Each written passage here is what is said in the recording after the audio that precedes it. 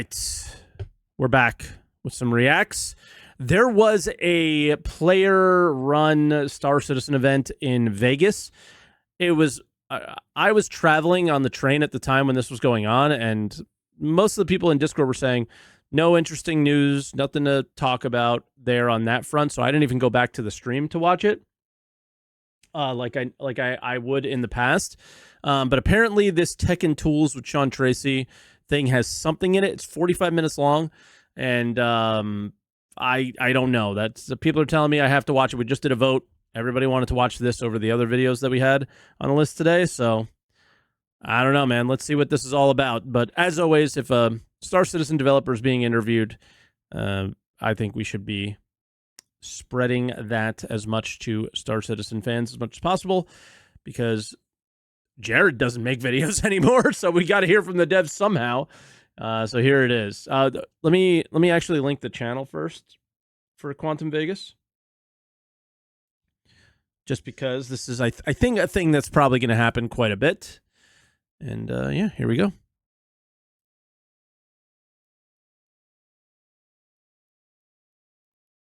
I have no sound, but oh yeah, it is muted. Hold on. I don't think we're really missing anything here. Just intros.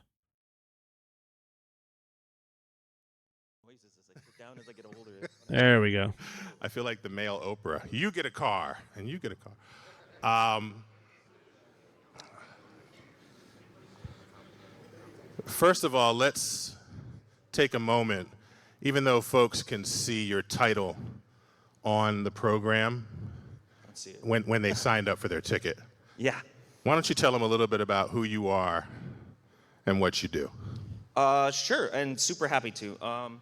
And if I get some feedback on the mic, or if it's too far, somebody just like raise your hand. Let me know that you can't hear me. I'm not really used to talking with a microphone. Anyways, so yeah, hello everybody. My name is Sean Tracey, in case you don't know me. Actually, my title's changed since like 7 times. So I'll announce my promotion anyways now. I am now... Oh, hold on. It's not that great. I am now Chief Executive Officer. No, I'm just kidding. Of course not. I was like, really? Are you who cheered for that? They were going to cheer whatever when he made a joke. They had no idea. We want to break news here at Quantum, but... No, so it's Managing Director of Technical Operations. And what it is basically myself within CTG, with Benoit, with Marco, run the entire of the technical department. So it's basically engine, tools, networking, all the stuff that goes on behind the scenes that isn't part of a feature team or a dev good team, for him. happens within CTG. So the three of us will be running that entire department, which is quite a lot of engineers and quite a lot of interest coming into that team, definitely. Oh, that was good. So that's the signal. I like it. Great. Thank you. I'm really not used to it. It's great. And I'm a hand talker, so I go, and then... You know, sorry. Thanks. Okay, So, what was sorry, I that? didn't even answer your question. No, you did. Title. You did that. And one of the questions that we had was, you know, it's been a journey. Yep. I mean, you're only 22, but... And full head of hair. How old was he when he started at Star Citizen then? 8? But it's been a journey. What was the journey like to go from getting into, because people think all the time, how do I get involved in something like this? How did you get to this place? Yeah, and I think, you know, a lot of people you'll talk to throughout the industry all have very interesting onboarding experiences, basically. Everybody's fairly unique. Okay, I think this comes from me just like following the project for so long. Is anyone else tired of the obligatory game development focus to every conversation around Star Citizen? Can we talk about the game ever? I'm like over this stuff. Like, oh, if you're thinking about getting into game development and all this stuff, I feel like the resources there are out there for you, and I don't think you want to find out through here, right? I don't know. That's just me. I'm like, can we just talk about what Star Citizen is trying to be, what it's going to be, or whatever? Yeah. It's changed over the years. Now there's a lot of schooling in place that people can take and get into programs that actually help them make games. But when I was coming up, and I sound so old, but it's not really even that long ago, the early 2000s, anyways. There wasn't a lot of courses or things like that around, and actually, I hadn't expected to be game developer at all in my life. It was never a thing that I had expected to do. I loved games. I was always opening up, one of the first editors I opened up was like Neverwinter Nights, messing around with scripting and things in there just for fun, though. Like, it was just to make... That's how my brother became a software dev. I showed him Ultima Online, and he started helping another... like a free shard, like a free whatever, and he was like helping them dev that and just learning and got really into it, and now he works at like this huge company. My imagination come to life on the screen. So ended up joining the military. Long story short, I went to Afghanistan and served. I didn't know this. Thank you. Thanks. Thank you for your service. Thanks. Appreciates. But in Afghanistan, I was injured. Got hit. There was there's a big scar on my neck, and I don't know. A lot of people don't know about it or even notice it. But it actually put me on medical leave for the military, and that's when I started making games. I was so bored on medical leave within the military because you basically aren't doing anything. So I literally just for fun started building stuff, and a little more seriously. And I'm like, I really want to make a mech game. I've wanted to make he did Mech Warrior stuff. Game. And I've grew up with BattleTech books. I grew up with Mech Warrior games, but somehow there was always this disconnect between the two of them. Whereas the Mech Warrior games, your character was the mech, right?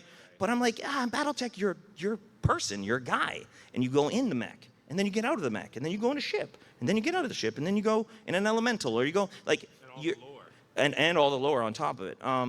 So I really wanted to make that game. And I was a big fan of Enemy Territory Quake Wars. I was a big fan of Battlefield series. So I wanted to make a Mech Warrior game with mixed arms on, and give it out for free. That was it, because I really wanted it to be multiplayer, and I realized, one, I wasn't about to get the IP and be able to sell this thing. Two, even if I could, I probably wouldn't even do that good. So how am I going to get the most people to play with? Put it out for free, right? And what were the platforms at that time? Was it just PC? Like 286? Oh, not that long ago. No. Oh my, this was. I'm talking about me, maybe. I guess. Okay, I apologize. Before Pentium, right? We were talking like NVIDIA 8800s. Okay. At the time, 8800. People probably remember, like, that was like the Crisis card, if anybody really recalls. What was my card? I can't remember. But yeah, it was about that time. So, anyways, ended up working on this with my brother and a whole bunch of volunteer people, and we just got together online, had done that. And it did really well. Won Mod of the Year 5 years running. And eventually Crytek reached out to myself and said, hey, look, you want to come out to Germany, do a job interview, see what it's like out here? And I was in the military at the time. Oh, I did 9600 GT too. Like, yeah, I'll be right there. So I flew out to Germany, had never been there. Went with my wife, had the interview. Was so nervous, oh my goodness. And Crytek interviews were really rough, just to give you an idea. Since we've got lots of time, and I'm going to talk my face off on this one, it's like a super gang-up interview. It's like a 6-on-1 kind of thing, or a 7-on-1 kind of thing. It was really, really hard. So essentially how we do bunkers and the missions now. Yeah, exactly. So yeah, and they offered me a role out there on the engine team, and basically took that. Now there was a whole bunch of months and things to get out of the military. It takes forever and all that kind of stuff. But yeah, they moved me out to Germany, and that's how my game development career started. Okay. And once I was in the door, I was like a kid in the candy store. Name one person that does bunkers. Guys, probably everybody at this event. Like, let's be honest, okay? Come on. It was so much fun. Spent lots of hours, lots of free time. Turning your passion into your job is a great and exciting and fun thing. Can't get griefed at a bunker. But there's some long-term stuff you got to look out for that I wish I would have known earlier on, because you can burn yourself out on it. The thing you love so much, all of a sudden you do 24 hours a day for like 11 years, straight. Brother, I think that's happening at CIG. Bad. Have they had a moment of breath? Right?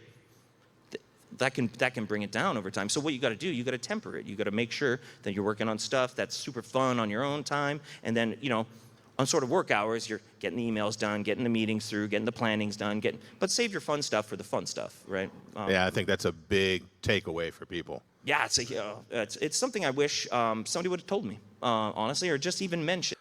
I want to say something, but I'm not going to say it. But I found it really refreshing to see that somebody was playing video games like during this like essentially crisis that's going on, that works at the company, that like when everything is broken, they were off of work, they're going to play some games, and they're going to enjoy their life. When we're all sitting here probably thinking that they should be working 24/7, which is chasing ridiculous. Your passion is amazing, but chasing it to a point where you're just destroyed is too much. No good, right? It is too much. So you've got to temper it a little bit, but also be smart about it, right? Right. Save the fun stuff for the fun times. Powerful. Yeah. So we mentioned. I think he's Slido literally sending a to this message group. there. Right now, a Q&A is open. U.S. work ethic is a little warped. I can't understand what that statement means because I live here and I was brought up with that. Like, you work too much, and it's what we do. I don't know. We work, and I look at like European work ethic and go, these people never work. The shops are never open. Like that's like, there's obviously a disconnect between what we think things are and what reality is, on both sides. Like, we don't work all day, but we work more maybe than you, and yeah, that kind of stuff. But yeah, the truth is probably somewhere in the middle, right? For this session. So if you all have questions, we will take a look at those. We'll surface the ones that we get a chance to surface, but you can. Laughs in 4 weeks holiday. I mean, guys, when I was a full-time dealer at a casino here in Florida, I had 5 weeks of holiday. It was crazy. It was the best gig ever. I had 5 weeks of holiday, and I had 8. It was a point system, so I can call out. Paid. I guess there's no such thing as paid for a poker dealer, but everybody had the same gig. So the salaried positions would be paid, and the hourly positions would be paid as well. But you have to understand that I was getting paid $5 an hour, so that pay was irrelevant to me, because everything was tips. If I didn't work, I didn't make money. But yeah, for everybody else who worked at the company that didn't work for tips, they had the same deal, and it was really good. But yeah, and enter questions on Slido for the Q&A for Sean right now. Another question that we had was, please ask a game question about Star Citizen staying cutting edge. Okay, right? Here we go. You'll hear some of the critique and some of the naysaying include things like, well, by the time it comes out, something else will have caught up with it. That hasn't happened yet, in my view, but people are worried about that. And game engines and tools do evolve, right? They evolve rapidly, or they can. How do you and the team stay ahead of the curve, on the leading edge, on the cutting edge, when developing new technology? My favorite thing is the guy who's asking this question, and probably most of you and everyone in the community for the most part thinks that this is a good thing. How do you stay on the cutting edge? Star Citizen is, it's the cut. They're trying to be above these other things. And why? Why do they have to be? Why do they have to be? Why can't they just make a good game? Right? And it's always about the engine, and it's never about the game. And the reason that we're in the situation we're in is because they want to be cutting edge. And because they constantly want to be cutting edge, they have to redo everything all the time, and they never actually make the game. And it's frustrating. It's really, really frustrating. We don't have a mining update right now because we're waiting for the planet tech that has biomes and fucking weather and shit. And yeah, that's cool as hell. Who's going to say it's not cool? But we don't need it. So, yeah, it's weird. It's a great question, and it's an important topic, especially because we've been running as long as we have. And the reminder I would make is that we are out, right? You guys are playing it right now. We have maintained. Ooh, there it is, dude. There it is. The game is out. You're playing it, but we wipe all the time, and the experience isn't an MMO at all. But it's out. It's a live service. I want you to know. When you upload a video on YouTube, it says the release date of the game when you choose the game. The release date for Star Citizen on YouTube, which is probably pretty official in some way, is 2017. 3.0. Maintained and released a game over the course of these years for so long and have kept up.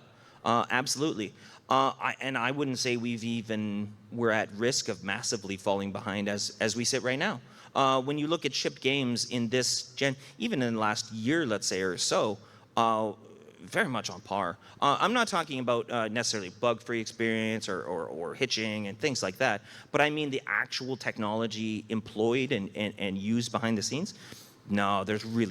Okay, but the shit, like, listen, what? This is one of my favorite developers that I've never interacted with in terms of, he's always been pretty honest and like kind of gets it and down to earth kind of guy is what he's always given. This doesn't feel down to earth at all. Just because we're comparing shipped games, he's not wrong. No, he's not wrong. But it's the weirdest analogy to use because we're comparing shipped games to a game that is not shipped. So a shipped game has things that we are on par with, but their experience works. Ours is there, but it doesn't actually work. So it's odd.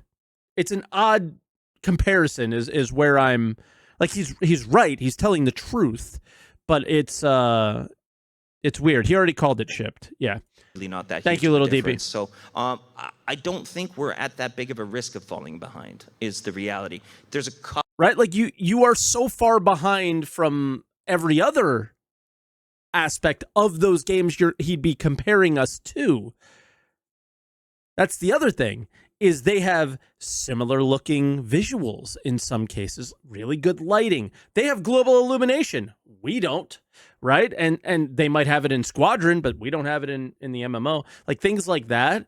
And but they also have all the other stuff, like you play. So it's like, I don't know. Yeah, it's just this one's weird for me. For that. One of the biggest ones, honestly, guys, is Chris Roberts. He is a technophile. He loves this stuff. Not only does he love game development itself, but the technology that enables game development. So when you have a CEO that's, I mean, his ears to the ground all the time. So when there's an obscure GDC talk about something real fancy and nice and hard, right, you might get a message from Chris going, hey, I was looking around at this, check this out. So it's hard to fall behind when you have a CEO like that, right? Because he's not really going to let that happen. You still could. But generally, culturally, we are very tech-driven. We haven't really been a we're working on that now, but we've generally been a technology-driven company, and that just makes it so that is your main interest driver, what you're looking at in the industry and what you're looking at everybody else doing, basically. And that right there has been my critique of the company since 2015, probably. When I, the fog of, wow, this is so cool. It was like, all right, like I get it. The tech is cool, but when are you going to make the game? And the thing about them is, this is him being honest, where, around the verses and reverse the verse and whatever it was before that and all that stuff, there was always this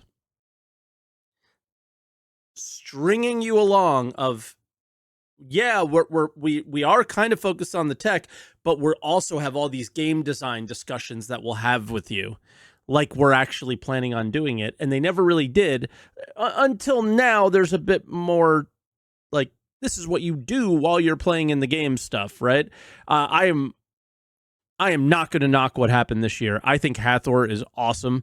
I think Lazarus is okay. I think this event, honestly, if it worked, would be quite fun. It's so cool to do a community-driven thing where we're competing with each other. That's awesome. The idea of it is awesome. Implementation, not the best. And then everything gets tied together with Wicklow. Like this year's been really great with that. Oh, contested zones as well, yeah. Right? So lots of good stuff. So how do we keep up with other engines? It's an interesting question because keep up is a weird way to say it. Right.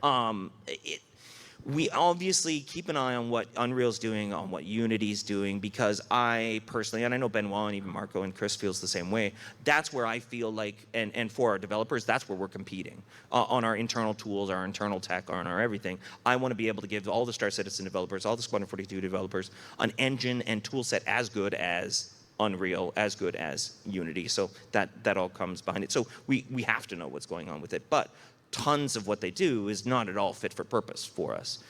So what we prefer to do is... And all he's talking about is like internally make their jobs easier and fun, and they can do cool stuff with it. I mean, that might translate to stuff for us, but... Take the solved problem that they really may have, but make it fit on the for game purpose side for us. So we'll take the idea, reapply it, and take it further. DNA is a good example, right? 3 Lateral had gene splicing, we ended up with DNA, and they took it to MetaHuman, so we kind of branched. Heck, the engine is the same way. So yeah, I don't think we're really at risk of falling behind, and I think we do a pretty good job staying on top of the tech that's coming out nowadays. It's harder and harder because I know players will see a lot of the other Unreal updates or development tech that goes out there.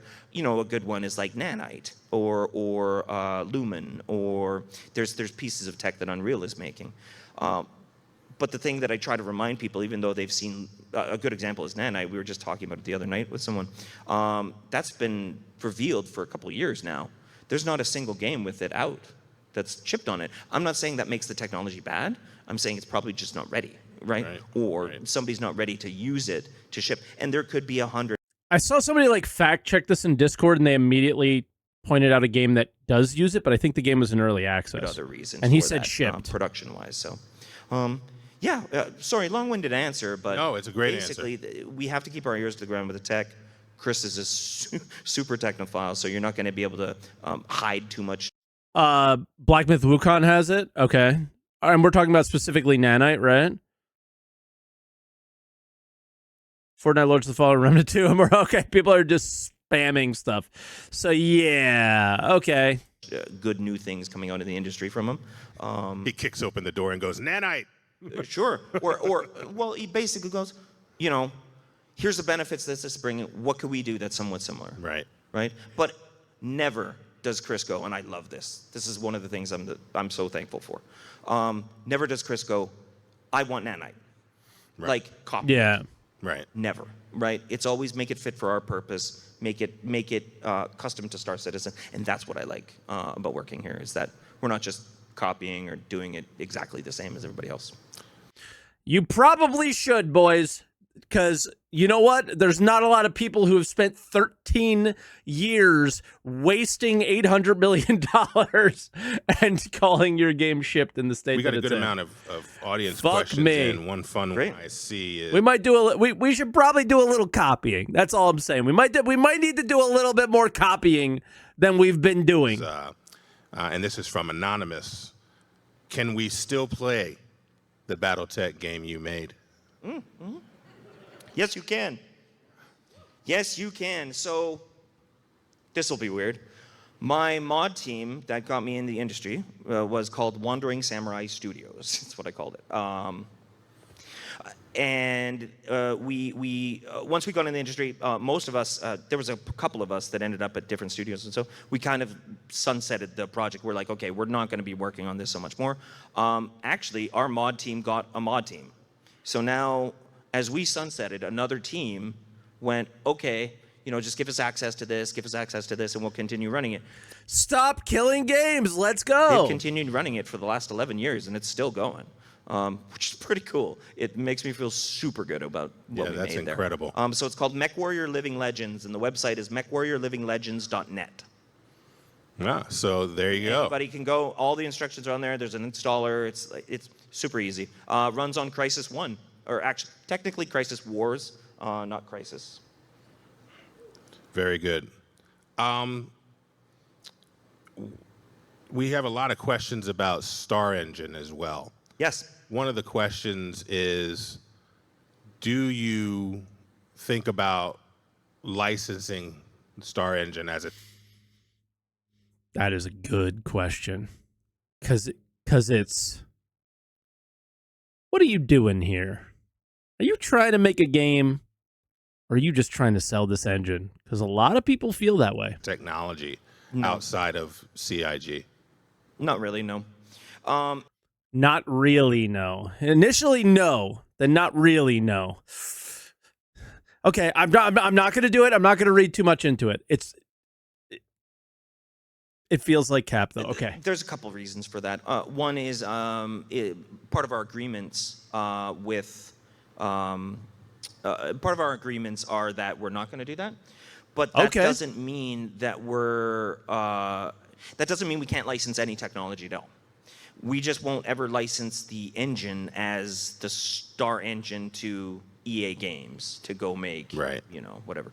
I don't see that happening. Now, I'm not, obviously, though but they're tools. I was promoted to it, CEO, but I'm not making those decisions, to be fair, so, I mean, things could change. But I don't see us licensing the technology. Also, because, and I would, just to... Also, there'd be no fucking buyers right now. Back that up a little bit. If we ever did make that call internally, I'd probably be the loudest one arguing against it. Not for any legal reasons or anything, because I did that job at Crytek. And I know that CIG, we are not set up for it. Right. It is 110% support. Like, you are support 100% of the time. Yeah, as soon as you sell it, people are calling you about it. Is hard. It's very hard. And I did it for a number of years, so I really would hope that we wouldn't go down that path. What are you set up for? I mean, they got a wonderful test track for their pledge store. They got a wonderful test track for their pledge store. They have done that absolutely incredibly, and you cannot deny it. Star Citizen is the perfect test track for their pledge store. It's been great. I think our games would massively suffer. Heard and understood. We don't want that. No. What other unique advantages or challenges does Star Engine present? He just wants to get paid and go home. Where do you get that from this conversation? Listen, I believe there are probably a significant amount of people that work at Star Citizen that do that. But the guys who do stuff like this, he's not getting told that he has to go there. This is a player-run bar citizen. This guy's not getting paid to be here. Or maybe he is. But, like, of all the times to say that about a developer at Star Citizen, this just doesn't seem like one of them. You meant in the way not selling to EA? No, I thought his answer was pretty honest. For game development. Okay. I mean, we all saw it at that long-form presentation, that one shot that showed everything that Star Engine can do. Yeah. And then if backers were like me, you took that video to all your friends and went, this is Star Citizen. That's right. So that they could see it. But on your side of it, what are the advantages and challenges of having Star Engine now? It's a good way to frame the question, because Star Engine is really good at delivering on the promises of Star Citizen and Squadron 42. Now, What I like that we've done is again, it's very similar to my previous answer, is making some stuff fit for purpose within the engine. Because again, a lot of these engines are done in a very generic fashion.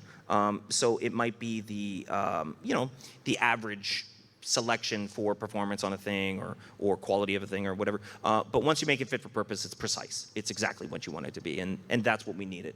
So that's what we've been doing with Star Engine over the years. The nice part is that because most of us had come over from Crytek already, had been working on the engine, for us to be making these engine updates we're not uncomfortable doing it. A lot of the people are still around that wrote base core systems that are updating it for the Star Engine for Star Citizen. That's kind of cool. Though we're tech driven, I try very hard to make this not the case that tech is driving the game.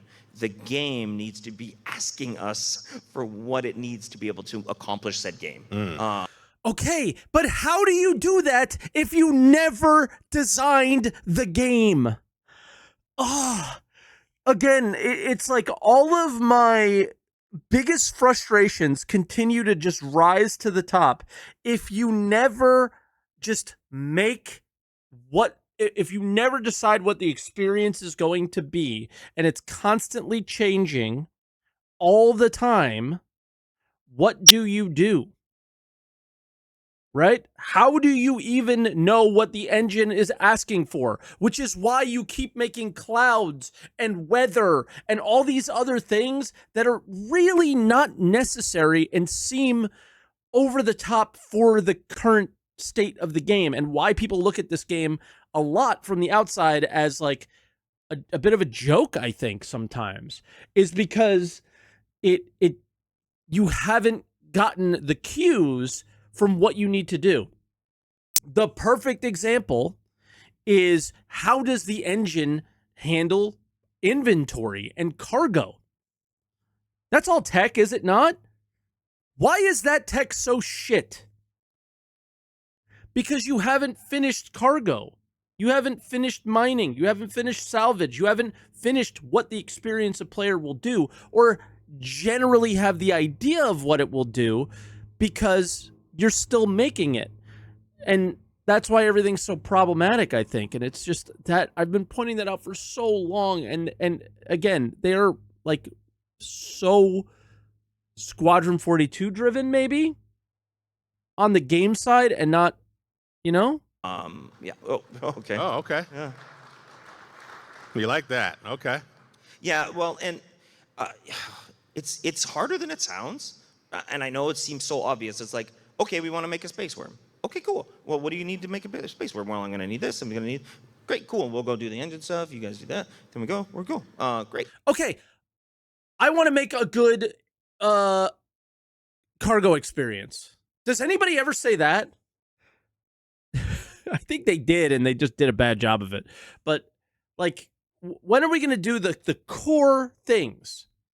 And then you go to these guys, and they help make that better. And that's what this year was supposed to be about. And we got a worm and a space laser. And as I said, how good those things have been, and how impactful they've been to making the Star Citizen experience so much better than it's ever been for me, it also holds back what we really needed, right? And we didn't just need the elevators working better so we don't get stuck. We didn't just need, less client and server crashes. We really needed a better day-to-day, from the moment you get up out of that bed in the first time you log in, experience. And we're not quite seeming like they're focused on that. And it's frustrating. But when it's more generic, I want to do creatures. Yeah. Like, make me a creature system. And it's like, okay. What kind of creatures? How big? Are they space creatures? Are they water creatures? Are they land? Like, there's like, again, this is just creatures, but you can do this with anything. So it can be a challenge. Yeah. I guess is kind of where it comes down to. But you feel like Star Engine is at the place where it's replete with the tool set to be responsive to those types of things? Yes, I think it is. Now, I wouldn't say it's complete. I think the engine Definitely itself not. is fit for purpose, 100%. I think the tools continue to need updating and will continue to always need updating. Right. Because we change processes as quickly as we do internally, like just for different art processes or export processes or mesh formats or whatever it is, you're always constantly going to have to be updating those tools. But are we in a place now? We're in a place now that we absolutely were not a couple years ago. In terms of I'd tool agree sets, with of that. scaling, of ability to get content through. You've seen That's the proven. speed of the content now that we're actually able to get through. That was a big part of the tool set, a big part of things that we needed to do. 100%. Now, going further, validations and making sure things aren't getting rebroken and all kinds of, there's things like that. But yeah, generally we're getting. I'm glad he points that out, because that seems to be like the problem we're dealing with right now. Things getting rebroken, right? We're getting to the place. But he didn't like go long into that. He just mentioned that happens. I wonder what we're doing about it. At this particular time for shipping Squadron and getting close to Star Citizen 1.0. That's the stability that I'm talking about. Obviously, like, server stability has been a lot better. I actually feel really good about where the engine is at and generally where the tools are at. If you picked specific plots, there's all kinds of things that could be better. But generally, everybody can get the job done that they need to get done. One of the Q&As says, and this is from More Caffeine. Nice name. It says, and I think this is to you, but maybe to the whole team. It says, clouds, thank you. Right on. Yeah, I wish, yeah. And Fantastic, and all the credit goes to like Germany, and I would love to take credit for some of those clouds, but I had nothing to do with them. This was done by Carson Wenzel, who was, by the way, a Cryteker as well for many, many years. One of the best rendering engineers I've ever met in my life. He did the sky and the time of day for Crysis. So he was the one that authored the entire atmospherics for Crysis, which it does really look well great. known for. So him, Sebastian, one of the tech artists, he spoke in Germany, has worked very specifically with them. So and our graphics team, like those guys, they've done amazing on those gas clouds. I still think when I see the gas clouds as nebulas and stuff, that I've still not seen stuff that kind of soft with that kind of shape in games generally. You just don't see that. No, yeah, I agree. Looking back, what's a moment in your career where you felt you truly made an impact? You know, what's going to go on? I mean, Sean has made a massive impact on this game. Wow. Sean Tracey.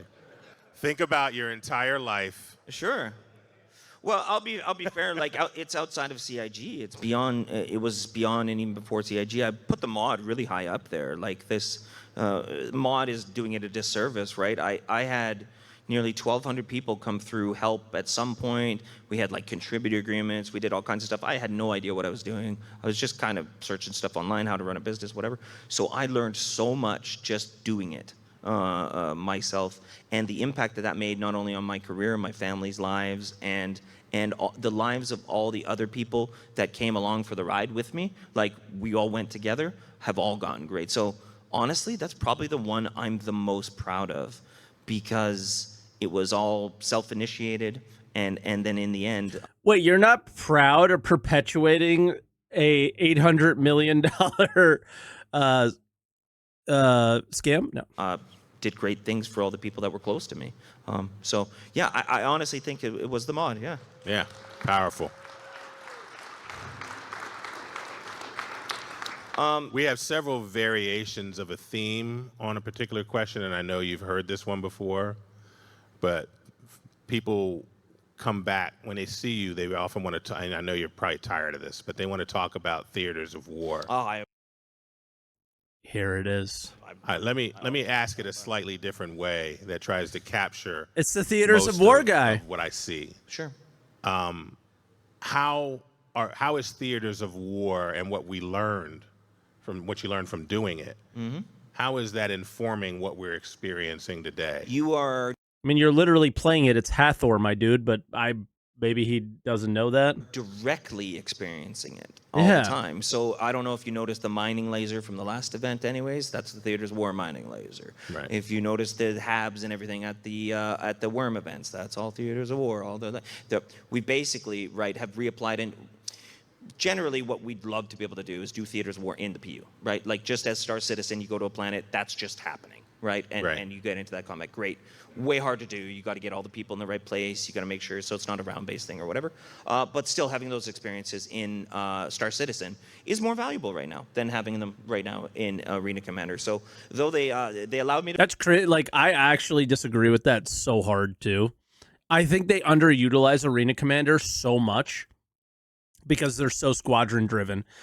I would assume that if Squadron drops and developers actually do move over to make Star Citizen, that Arena Commander could and maybe would be prioritized more, because they actually had an initiative to focus on Arena Commander more, because you were testing the Star Citizen experience at a pace that you cannot do in the PU. So many FPS weapon balance changes come from Arena Commander. And we wonder why the ship experience is so bad. Because they don't seem to focus enough on that, right? To release the maps to you guys, so that was cool. So I was able to get we were able to No, get no, the Crossroads they map. do. So was that a conversation? They do. Did somebody say, Sean, it's time? No. We're going to do it now. No, it goes the other direction. Oh, okay. Where it's like... You're like, when are we doing it? It's kind of been sitting here. Yeah, This is still here. This is still here. Yeah, and it's one of the more... They literally do. Why do you think the grenade launcher and the railgun act the way they do now? That's 100% because of Arena Commander. You could make up whatever canon is in your own head, but maps anyways that we have, I think. There's two examples right there. But yeah, I'd love to get back onto it. But as you guys know, right, we've already got 2 games. Still trying to finish both. Got to get Squadron done. Then move to Star Citizen 1.0. And there's nothing to say that we don't They do were this. in There's AC. nothing stopping us from taking a small team and doing it and finishing it up. It's just the resources. So other than all the other work that's priority is that. And I'm totally behind that, and that's okay. I had expected that we'd get back onto it a lot sooner, but that's, it is what it is. And I'm okay with that. Let me, you guys can clap over that. Let me ask a couple more I'm not arguing fan with questions, you. then we'll get back to some of the I know other what the questions truth that is. I had. You can make your own up. You guys are very funny. Somebody said cake or pie. Cake or pie? Apple pie. But then cake after apple pie. I don't know if you can answer this, but one of the questions is... Lemon meringue pie, though. What is the long-term plan to merge Spectrum and in-game social tools for players? I can't tell you the plan. I won't give you like this is exactly what will happen, because I don't know that. But I can tell you that we've had a gazillion conversations. But these are a little older, like the 6... The gazillion conversations. Oh my God. All they do is talk.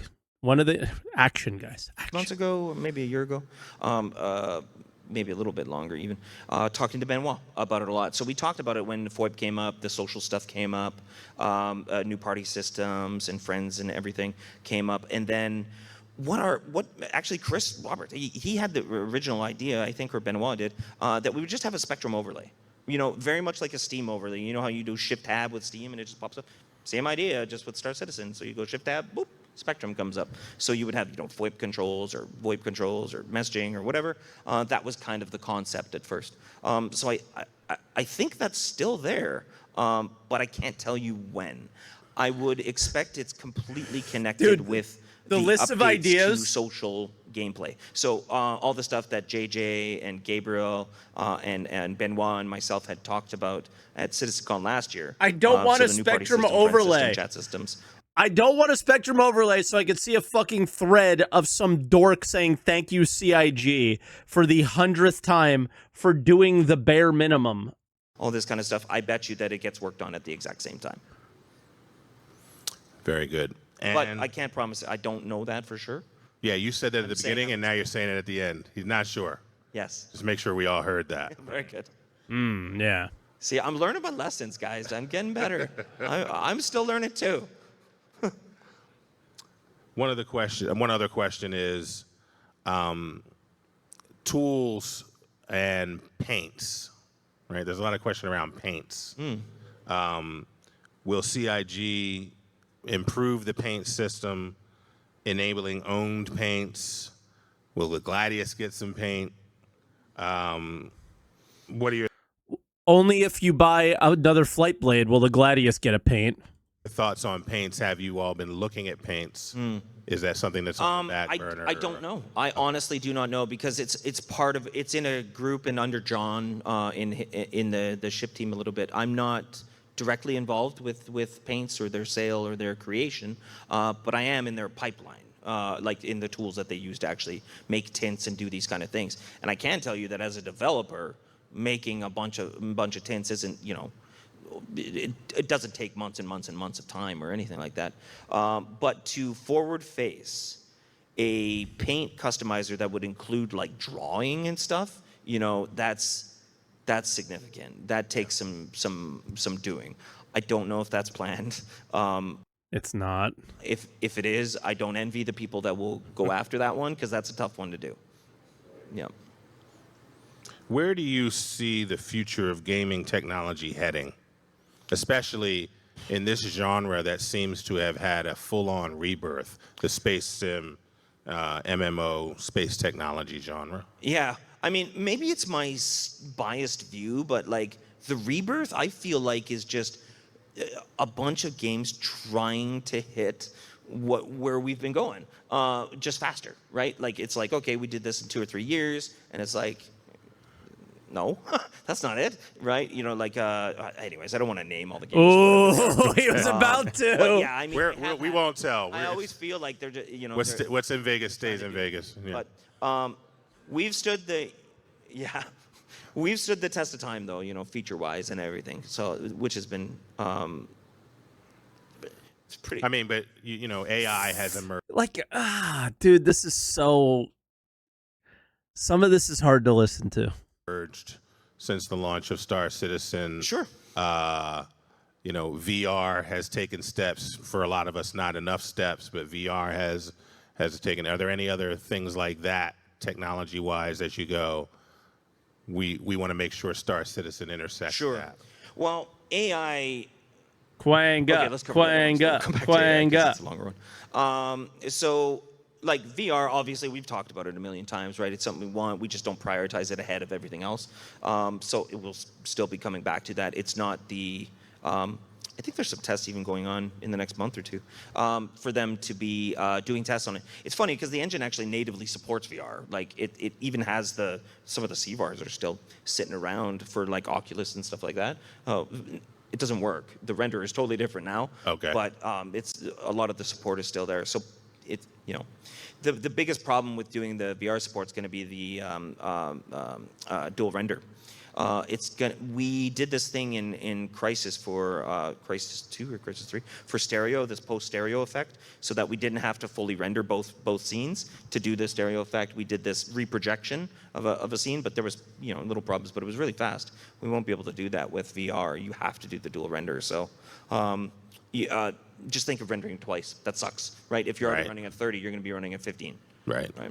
So yeah, VR. That's something we want to get to, but once it's kind of there and done, and we've got the resources to apply to it. Where I see game tech and game development going is a unification of tech, right? Where we're getting down to very few engines at this point. Some internal engines, but very few. There's very few internal engines. That can't possibly be a good thing. I mean, less than 20 in terms of the entire, there's just not that many internal engines out there. And what I'm noticing the other middleware technologies, Unreal, Unity, and them trying to do is I think they're going to remove the need for Maya, 3D Studio Max, and all these other DCC tools outside the thing. It's going to be 100% in their engine. Everything happens to make a game in their tech. And they've been moving that way for a while. And to be fair, they've been doing a damn good job in terms of some of their tool sets of doing that stuff. They do it as well as those other guys. On the AI front, it's still too early to tell what's going to go on with this. Now, AI making games, we've seen, right? We've seen them make simple stuff. We've seen them make even some narrative kind of stuff or whatever. Does any of that become financially viable or popular, or do people even enjoy? I don't know. We don't know yet. But it is the biggest disruptor we've had. I think most people are assuming that it's just going to be like voice lines in the game. Right? Like, right? Like the writing team writes a story and it's all voice acted by AI. That's the only thing I see in a number of years. Like, definitely so where happening. AI is massively being used is on tool sets and tooling and work. Okay. There's little bits and pieces of LLMs that we can leverage for tool sets. It's one of the best query languages in the world. So if you can use, like, I don't want to get like super deep on tech, but if you can use MC. They are ready. Everybody here is ready. Okay, so yeah, great. You can go super deep. Well, on the AI front, and I don't want to get super deep into AI either, but it's like the best query language in the world. It's whatever language you have. So it could be English, French, whatever. You can query whatever kind of data and it will figure its way through it. So if you can set up these MCPs, which is not that new, but a relatively exciting thing that's happening, to plug in custom data sets, basically. You're basically making an API to talk to a custom set of data that you're going to feed this LLM. So it's like if I have, you guys know Data Core, Data Forge. It's like where all our game files are stored.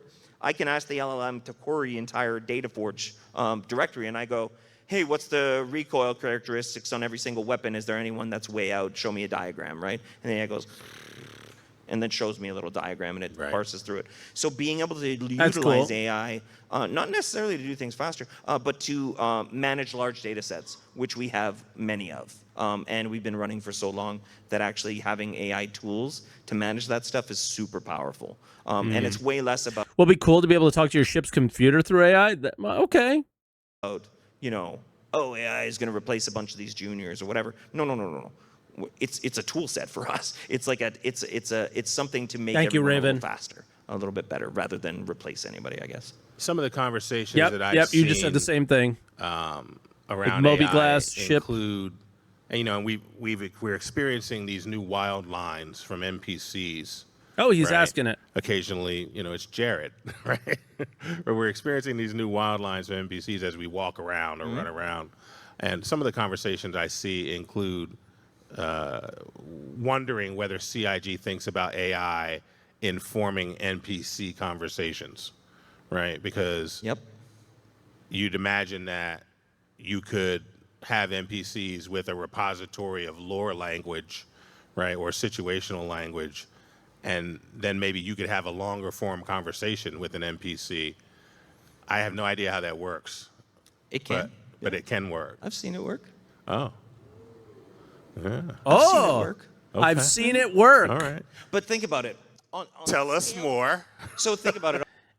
It also makes me sad because of people like Meyer and Anna Dimitriou, who we're all like, you know, cool with, and they're voice actors, you know. On the scale of Star Citizen, like we've got to be able to have like billions of conversations happening. Like, who's going to write that? Nobody's gonna. Right. We have to have that. But now, okay, cool, great idea to how to solve it, but technically it becomes very problematic. The first thing is what do AI run on? Like, when you do an AI query, what does it run on? Like, hardware. Right. GPUs, right? Right. Goes, I want to use your GPU. You guys are all gamers. Good point. Hey, give me 4 gigs of your GPU. That's just always utilized. I want all 4 gigs of that. You good with that? It's like half your memory. It's like, no way, that's not going to be okay. Nope. So to put an LLM into a game, you've got to come up with a much more, you've got to come up with a CPU approach, first of all. A CPU approach is going to be slower, so you've got to be a little bit smarter about it. And we have people, there's people in our company that are smart enough to be able to pull this off, basically. And working right beside one of them, Marco Corbetta, guy that did Planets, has has some really cool ideas, and he's doing some great stuff with it. So I don't want to go too deep because it's like it's a bit R&D, so it might not get there, but it's super promising. So yeah, to be able to scale, we're going to need that kind of stuff. But because it's in a game, we've got unique issues. Again, we can't run an LLM on GPU. Got to put that on CPU. If you're going to run it on CPU, you got to structure it differently. But once you've got that, you've got that. So let's say once you've got that in, what about a mobiGlass assistant? What about mobiGlass Copilot? What about there's like all kinds of things. You can do, right? Yeah. Yeah. So you can do custom advertisements. You can do random advertisements. You can do random text in the game. You can do there's all kinds of stuff. So my Alexa laughed at me one day. Hopefully my mobiGlass assistant won't laugh at me. So, yeah, that sounds very cool, very promising. Another question from the audience, and this one for me is maybe the most important one you could answer today. What in-game food item would you like to eat if it existed in real life? Bro, the citrus burrito. Oh, that's a good question. The citrus burrito. Because I don't like any of them. I'm like, they're all so weird looking. No like double dogs? Yeah, exactly. Double dogs? I'm like, double dogs. That's Oh, I would love a double dog right now. Right this second. Fried C-nut with sauce. I mean, if it actually came down to it for real, I probably would just go with the double hot dog. Because it reminds me, I don't know if they even still have it. A&W whistle dogs. You ever had a whistle dog? Yeah. It's like split in two. So it kind of reminds me of that. That's where I'd go. That's a good question. I wasn't ready for that. One guy made a mod for WoW. He took all the quest giver lines, converted them to all the voice lines via AI. He did that for no money and little spare time, and yet Star Citizen can't do that. No, I think Star Citizen can't do it at the scale that they want to do it at, probably. Planet Tech. We were given essentially Project Genesis at the last Citizen Con. Yep. And you didn't talk about it really as Planet Tech V5. You just sort of said Planet Tech and just the next set of evolutions. Yeah. How's that coming along? You know, when the guy was wading through the swamp and the log sort of moved, I kind of lost my breath. Yeah. And I know a lot of people were just like, oh, very cool. You know, do you think that that's the type of tool that will have a seminal moment and then stuff will drop, or will we see like shorter, smaller integrations as we go? No, it'll have a moment. Yeah, it'll have a moment. It'll drop. It's going well. It's mainly in and involved with Planet Tech team graphics, moving it through. We call it internally V5. Really, like Okay. we do. It's just easier to say V5 Right. when we're talking about the next iteration of it. Absolutely. So yeah, it's coming along. I don't have a timeline for it. Like I mean, I have an idea, but I don't want to say it because I don't really know where it's at because I haven't reviewed it specifically. Anyways, but yeah, by all indications, it's coming along okay. And there is a specific planet already being worked on with it and for it. Specific planet already being worked on with it and for it. At some point in the future. Yeah, soon TM. Future. With. What do you think that is? Nyx? Guys, Nyx doesn't have that's a real okay, just to be clear, that's the first thing that came to my mind. Guys, Nyx doesn't have it's not a planet, it's a asteroid. So it's probably in the Stanton system that has biomes. Microtech is probably your best shot, but you could be onto something with like Castra or Terra. So I don't know. With Planet Tech V5, basically. So. Or something in Squadron. Let's be real. It's probably Odin. Very good. And what kind of tool? Isn't Odin the next thing that they're going to show in that Squadron 42 update? Right? Maybe it's that. Tools or tech do we need for things like the one of the door Odin opener planets is what I mean. remote control on doors for ships. Or maybe from yeah, the glass. we could do that now, right? Like, Right. So we could why do that haven't now. you? Yeah. Did you like that question? The year of playability, the year of stability. These are the things that you like. No, guys, you know what? The most requested feature was Tier 0 item recovery, by the way. This was one of the most requested features. You all asked it, so. I agree with you guys. Yeah, we should have, again, like, for me, I'd be enough, and clap if you agree. On the mobiGlass, just like Freight elevator my up. ship. Unlock my ship. Yeah. Okay. Right. Yeah. That, like, I totally agree. Yeah. Completely agree. Yeah. And so we can do that. It's just a matter of when we can do that. Exactly. Okay. Mike, it's a new feature, and it's not a feature year. Doors that open via what you're wearing. A giant fucking space laser that creates a cave. A worm. Radiation. Cope more, buddy. Okay. Cope more. Yeah. There's nothing technically stopping us from that.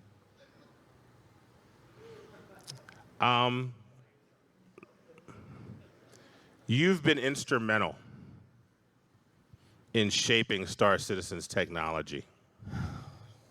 What has been one of the more exciting? Not a feature, it's content. A door opening via the scanning thing is a feature. It's not a big feature, but it's a feature. Challenges that you've seen, faced, tackled, and overcome? The technical challenge that I understood the least and had the most admiration for the solution for was server meshing first. And I'll go back to ones I actually know.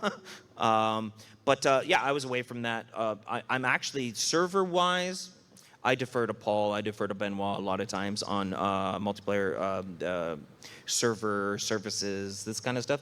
A lot of my stuff is a little closer to the engine, closer, deeper there. So that stuff I was super excited about and impressed by because it was the last piece of the puzzle for Star Citizen. So I was over the moon once we were doing that. But in terms of tech I've personally worked on, DNA for sure is the thing I'm the most proud, excited. I've always been a little disappointed by DNA, but it's a simple thing that they screwed up for me. A very small thing that I think that they have an easy time fixing is when you pull the sections of like an eye, let's say, if I go to the right, the eye doesn't necessarily get bigger. You're just scrolling through a list of eyes. If you go to the left, the eye doesn't necessarily get smaller. There's not like a 0% to 100% like you get in other games, and it's a little bit confusing. That's my only critique of it. Other than that, that system's cool as fuck. And it can talk forever about. I'm going to clap for DNA. Yeah. I'm just. Yeah. So in part because there's just so many terrible character creation systems. Yes.